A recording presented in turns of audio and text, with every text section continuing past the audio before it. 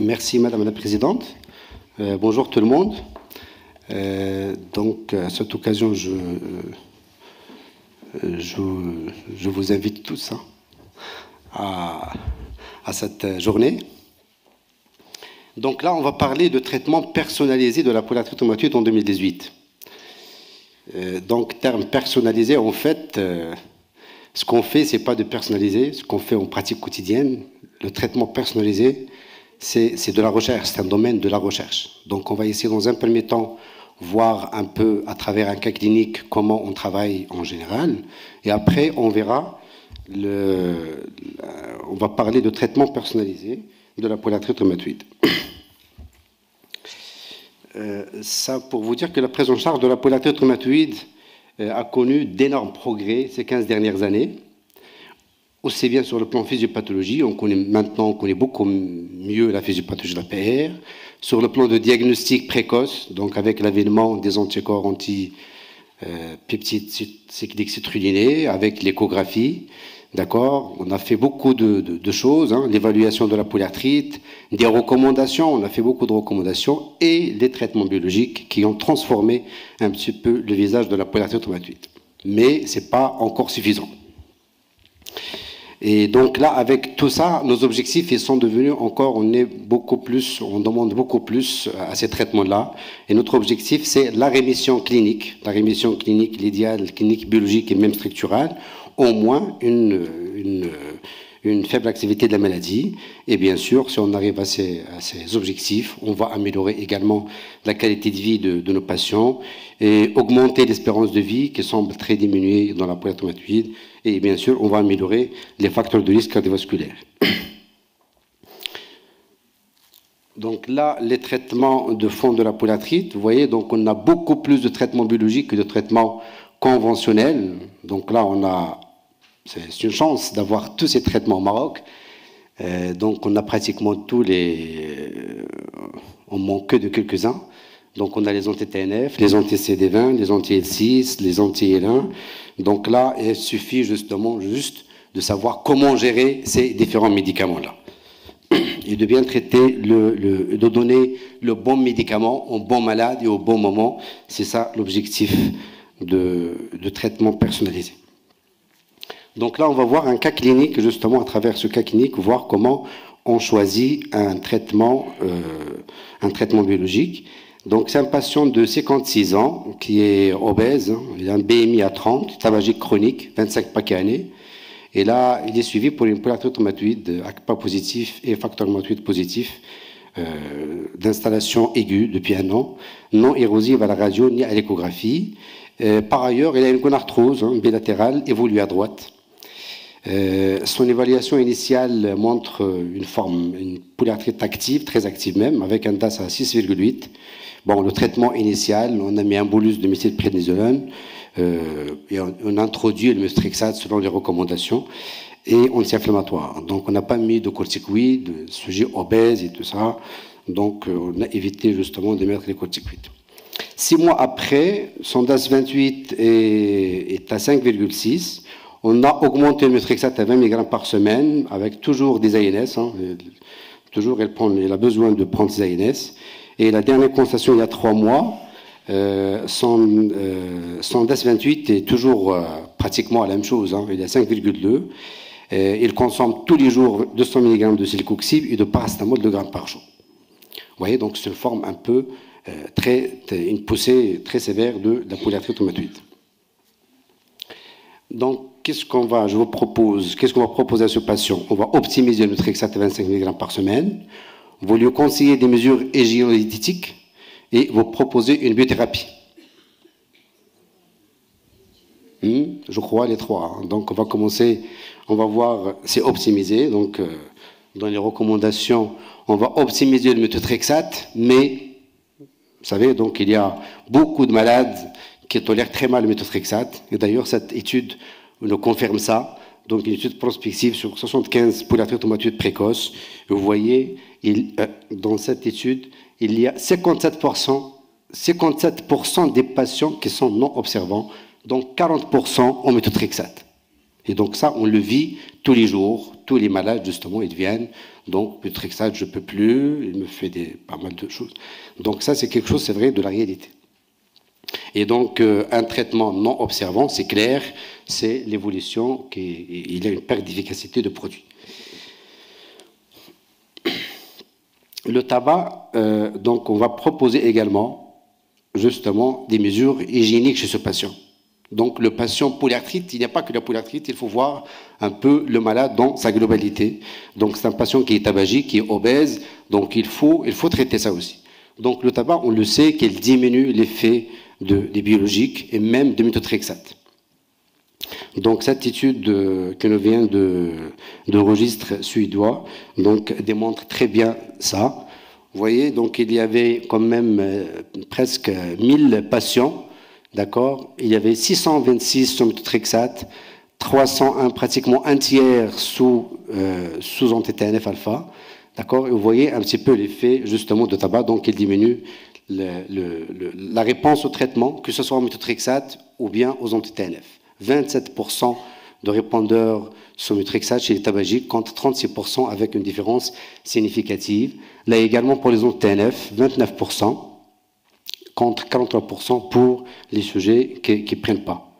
Chose importante dans cette diapositive, c'est aussi le fait d'arrêter le tabac. Vous voyez, donc les gens qui ont un passé tabagique, donc l'effet est là. Donc, c'est-à-dire donc il faut encourager justement les gens, il faut insister pour arrêter le tabac. Donc, quand on arrête, on regagne. Donc, là, il y a un gain, il y a un bénéfice secondaire. L'obésité et traitement biologique, ça aussi c'est connu. Donc, l'obésité, elle diminue le taux de rémission sous traitement biologique. Cette étude multicentrique italienne qui inclut 15 cliniques universitaires et hôpitaux. Donc là, ils ont évalué le DAS 28, l'EMC qu'ils ont classé, catégorisé en EMC inférieur à 25, entre 25 et 30 et supérieur à 30. Et bien sûr, ils ont dosé les facteurs rhumatoïdes et les ACPA et ils ont évalué la rémission DAS 28 à 3 mois. Il y avait en fait 641 patients, adalimumab 260, etanercept 227, l'infliximab 154. C'est entre 2006 et 2009 et suivi pendant au moins un an. Qu'est-ce que ça donne? Donc là, vous voyez l'analyse après 12 mois. Vous voyez, donc il y a une diminution de taux de rémission chez les patients qui sont obèses. 15%, pratiquement la moitié par rapport aux sujets normaux. Vous voyez, juste le fait de voir 25 et 30 déjà, moins de 30, ça répond. Donc là, il faut, dans tous les cas, qu'il y a le fait que ça diminue ou non le taux de rémission, il faut insister justement, comme on a dit, il faut prendre le patient dans sa globalité, il faut essayer de donner des conseils et pour réduire un peu le poids. Ça, depuis le matin, on entend ça. Donc, le meilleur traitement, je trouve, et c'est vrai, le meilleur traitement, c'est la perte du poids, bien sûr, ça c'est clair. Donc, aussi bien pour les comorbidités que pour l'efficacité des traitements. Après l'introduction d'un biologique, c'est clair. Donc, toutes les recommandations le précisent. Donc, une fois l'échec au traitement pendant 3 à 6 mois, c'est clair qu'il faut passer à un biologique. Mais lequel? Donc, les recommandations de l'ASMR, on a mis tous les produits sur le même pied d'égalité, sauf que là, il faut une mise à jour de ces recommandations parce qu'il y a des médicaments qui sont sur le marché. Par exemple, je pense au golimumab dans la polyarthrite, le Cosentyx dans la spondylarthrite. Donc là, c'est clair qu'il faut passer au biologique. Mais comment on va choisir ce biologique? Quels sont les critères de choix de le traitement biologique? Ça, il y a des critères qui sont liés au patient, l'âge, les comorbidités bien sûr, désir de grossesse, la profession, les antécédents, tuberculose, cancer et tout ça, l'état du capital veineux, l'éloignement géographique, les conditions de vie, les critères liés à la maladie, la sévérité symptomatique et structurelle, les atteintes particulières, les critères liés à l'agent biologique. Donc, je vais insister beaucoup plus sur les critères qui sont liés à l'agent biologique, à savoir l'immunogénicité, la demi-vie de produit, le type de produit, le coût et la couverture sociale, sans oublier les préférences du patient. C'est très important. Maintenant, le patient fait les recommandations de l'art et elles mettent le patient au centre de la décision thérapeutique. Donc, il ne faut pas prendre la décision d'un seul côté. Il faut expliquer au patient tous les produits, quel est le bénéfice, et il faut prendre la décision ensemble. Donc là, l'efficacité des biologiques, tous les traitements biologiques ont démontré leur efficacité. Donc ça, je vous apprends rien du tout. Pratiquement, que ce soit les anti-TNF, les anti-CD20, les anti-L6, même les petites molécules ont démontré leur efficacité sur l'ACR 50, 20, 50, 70. D'accord. L'efficacité aussi, après un échec d'un premier anti-TNF. Donc cette étude qui a comparé de façon indirecte donc les différents biologiques. Donc une fois qu'on a l'échec un produit, qu'est-ce qu'il faut mettre après un anti-TNF? Est-ce qu'il faut mettre un anti-TNF, un anti-CD20, un anti-L6? C'est cette comparaison démontre en fait qu'on peut mettre n'importe lequel, c'est un peu la même chose. Que ce soit mettre un deuxième anti-TNF, un anti-CD20, l'abatacept ou le rituximab, c'est un peu la même chose. La tolérance des traitements biologiques est également connue, donc ça, on l'a vu plusieurs fois. Donc ils ont une tolérance satisfaisante. Il y a une augmentation de risque des infections sévères, donc il faut faire très attention à ces produits. Donc pratiquement tous les anti-TNF se valent, pratiquement. Il y a un petit chouïa pour les Tanicercept, mais sinon c'est un peu la même chose. Pour l'affinité de biologique, les critères liés aux produits. Ça, c'est très important parce que là, il y a les récepteurs solubles, les anticorps monoclonaux, d'accord, bien sûr, ça vous le savez, dans les spondylarthrites en général, en cas d'atteinte extra-articulaire, on privilégie les anticorps. Dans la polyarthrite, on n'a pas ce problème. Là, il y a le nouveau produit, le golimumab, qui est très intéressant, ce produit, parce qu'il a en fait, il a une affinité pour le TNF soluble, similaire à l'étanercept, significativement supérieur à l'adalimumab, et il a également une affinité pour le TNF transmembranaire. Donc c'est un peu, il a l'effet des deux en fait, deux récepteurs et d'anticorps monoclonaux. Je crois que ça c'est un avantage pour ce produit. L'immunogénicité de produits est très importante. C'est clair, on a vu que l'observance de méthotrexate, il est très faible. Et donc là, on a besoin, quand il y a par exemple, dans les anticorps, je vais vous montrer, par exemple, dans les anticorps monoclonaux qui sont connus producteurs d'anticorps antimédicaments, comme l'infliximab, 25%, l'adalimumab, 14%, alors que pour l'étanercept, 1,2%, golimumab aussi, il y a 3,8%, parce que c'est un produit qui est totalement humain. Pratiquement totalement humain, ce qui explique cette faible immunogénicité de ce produit. Et du coup, c'est intéressant. Si jamais on prévoit une monothérapie, et d'ailleurs, il y a une étude japonaise sur le goli aux monothérapies qui donne un peu la même chose en association avec le méthotrexate. Pour le maintien thérapeutique, le maintien thérapeutique, pour le maintien thérapeutique, il est très intéressant, donc là, pratiquement jusqu'à 42 semaines pour tous les produits, avec une petite différence pour le golimumab. Il y a un PELA qui est à 0,046. Il y a un petit surplus pour ce produit-là. C'est vrai, c'est le fait que ça soit une injection par mois, qu'il y a moins immunogène.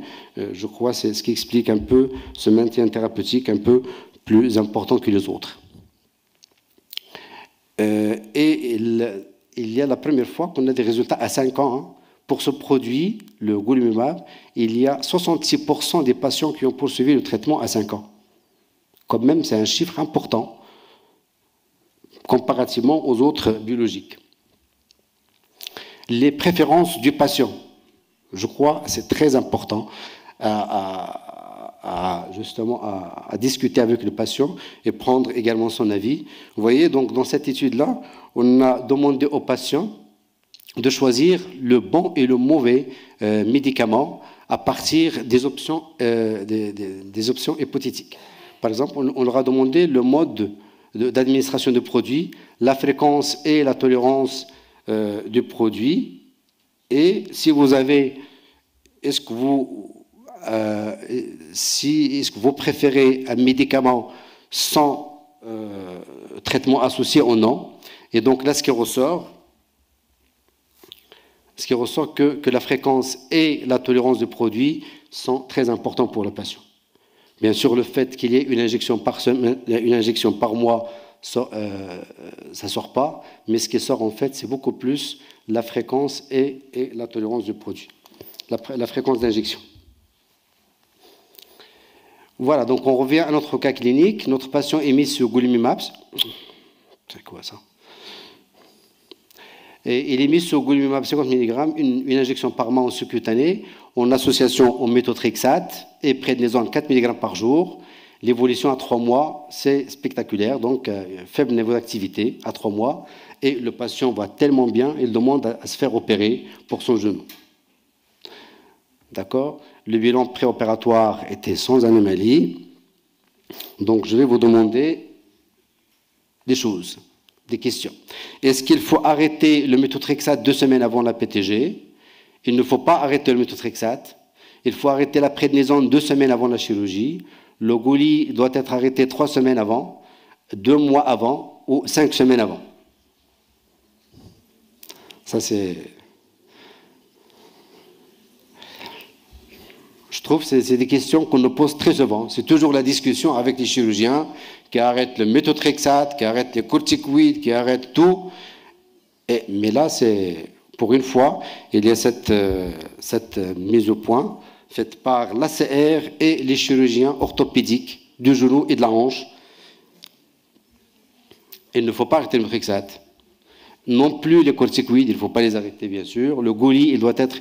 Non plus, il ne faut pas augmenter la dose des corticoïdes, puisqu'il va être opéré. Non. Il faut garder la même dose de votre patient. Il ne faut pas arrêter le méthotrexate et le Goli doit être arrêté 5 semaines avant la prothèse. Donc, ces guidelines, tout récents, 2017, justement entre l'ACR et l'association des chirurgiens du genou et de la hanche, ils ont émis ces recommandations, ces guidelines. Donc là, pour vous dire que les traitements de fond classiques, il faut les continuer comme d'habitude, il ne faut pas les arrêter, tous les traitements de fond classiques. Pour les traitements biologiques, c'est en général 5 fois la demi-vie de produits. Pour l'adalimumab, c'est 2 à 3 semaines. L'étanercept, 2 semaines. Le Goli, 5 semaines, parce que c'est une injection par mois. D'accord? L'infliximab, donc tout dépend de où est-ce qu'on est, hein, donc 5, 7, 9 semaines. Par contre, le rituximab, 7 mois. 7 mois pour le rituximab. Donc là, on s'arrête là pour parler de traitement personnalisé de la polyarthrite rhumatoïde. C'est vrai qu'on vit une ère passionnante, une ère thérapeutique passionnante. On a la chance d'avoir ces médicaments. C'est des médicaments qui ont prouvé leur efficacité, aussi bien clinique que structurelle. Mais malheureusement, il y a entre 20 et 40% des patients qui ne répondent pas. Donc, qu'est-ce qu'on va faire pour ces patients? Comment on fait maintenant? On fait des traitements séquentiels. On commence par un produit, ça ne marche pas, on passe à l'autre. Mais normalement, on a besoin d'une médecine personnalisée. C'est ça. Donc, médecine personnalisée qui a connu d'énormes progrès en cancérologie. En cancérologie, ils sont allés beaucoup plus loin. En rhumatologie, on est vraiment dans la recherche. Donc, je vais vous en parler. Par exemple, en cancérologie, juste pour vous expliquer c'est quoi la médecine personnalisée. En cancérologie, par exemple, je prends l'exemple de la leucémie myéloïde chronique. D'accord? Donc, cette pathologie, il est dû à une translocation réciproque entre le chromosome 9 et 22, et il touche 95% des patients. Donc, cette translocation, il va donner naissance à un gène anormal, ce qu'on appelle le BCR-ABL, soit le chromosome 22 qui est raccourci ou le chromosome 9 qui est rallongé. Donc, ce gène, il va être transcrit en ARN messager. Après, cet ARN, il va être traduit en une protéine, ce qu'on appelle la protéine BCR-ABL, qui a une activité tyrosine kinase impliquée dans la prolifération des leucocytes tumoraux. Donc là, le fait d'inhiber cette tyrosine, l'utilisation d'inhibiteurs de tyrosine kinase, Gleevec, il a complètement transformé le traitement et le pronostic de ces patients. Donc c'est ça ce qu'on attend justement de la médecine personnalisée en rhumatologie aussi. Donc on va essayer de trouver un gène défaillant et chercher un petit peu le génome dans la transcription et également dans les protéines pour inhiber, pour être beaucoup plus efficace. Donc là, j'ai trouvé cette revue très intéressante, 2017. C'est ça l'objectif de la médecine personnalisée. C'est de donner le bon médicament pour le bon patient au bon moment. C'est ça l'idéal. L'idéal, c'est ça. Si on arrive à avoir cette attitude, c'est on va rendre service à nos malades. Donc, dans cette mise au point, donc, ils ont revu un petit peu les facteurs prédictifs cliniques, les biomarqueurs, les facteurs génétiques, épigénétiques et tout ça. Donc, sur les facteurs cliniques qui ressortent, c'est le traitement concomitant avec les DMARDs, surtout le métrixate. Ça, c'est connu. D'ailleurs, tous les traitements biologiques ils sont beaucoup plus efficaces en association qu'avec le traitement seul. Ça, c'est le premier facteur prédictif clinique intéressant. Le tabac, on l'a vu, c'est pour cela que j'ai mis le tabac et l'obésité. Donc ça aussi, il faut tenir compte. Donc il faut essayer de faire maigrir les patients et de les inviter à arrêter le tabac. L'activité de la maladie, donc on a connu son retentissement fonctionnel. Un HAQ bas et un DAS28 élevé sont associés à une bonne réponse en général. C'est ces malades-là qui répondent bien quand la maladie est très active. D'autres facteurs qui ressortent, le sexe masculin, l'âge plus jeune, la maladie au début, donc c'est l'intérêt du diagnostic précoce et de démarrer les traitements biologiques précocement. Donc il ne faut pas dire là, ça fait un an qu'il évolue.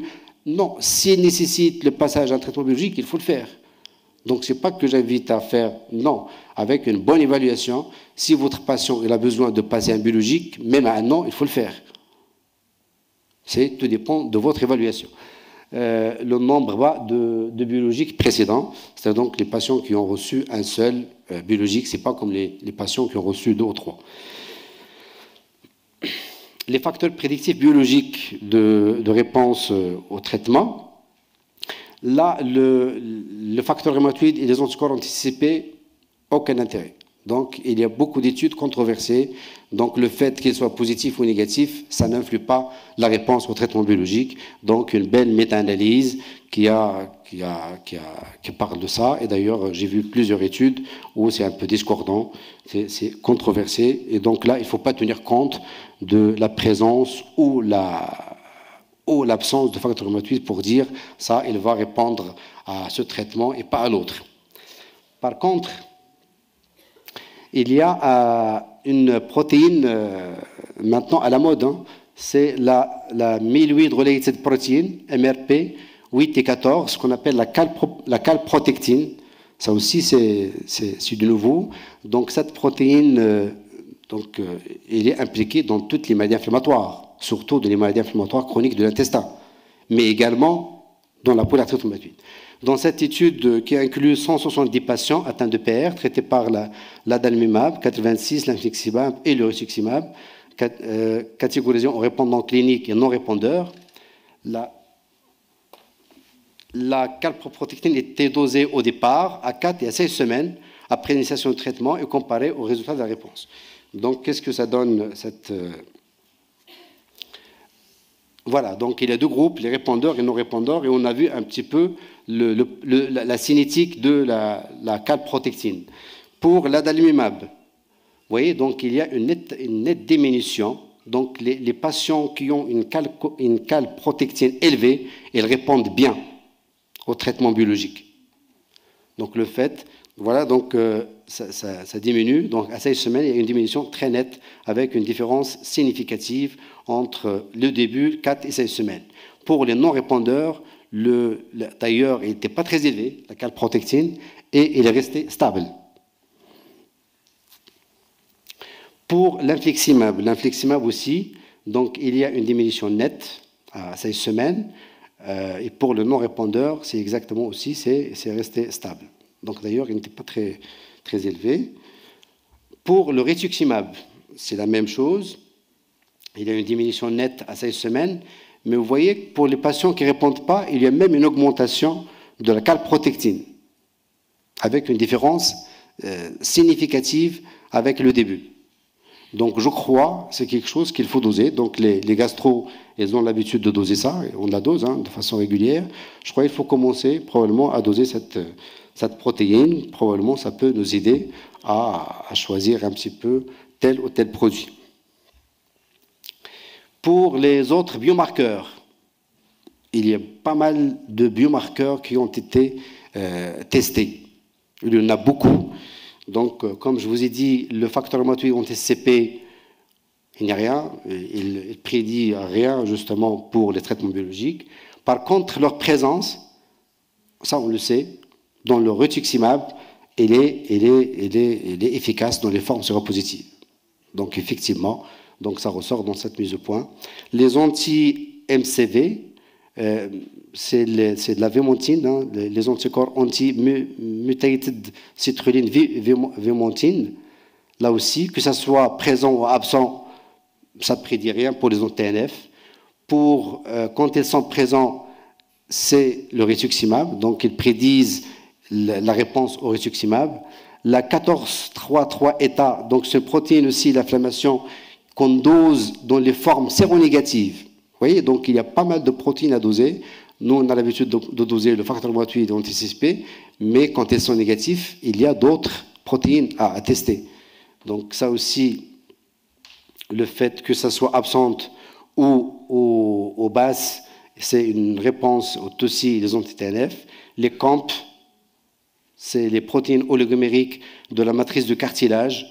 D'accord, donc on a dosé la calprotectine, la survivine, le grand glygon osteoprotégérine, tout ça. Donc il y a beaucoup de recherches, mais on est au début.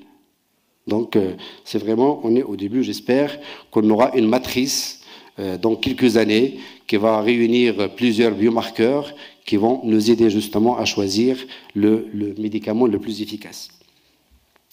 Pour les études génétiques et épigénétiques aussi. Donc, ils sont encore à l'étude.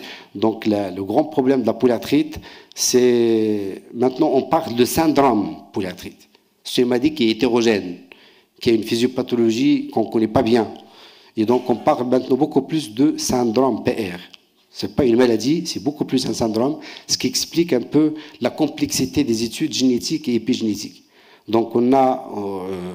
il y a beaucoup de gènes qui ont été décrits.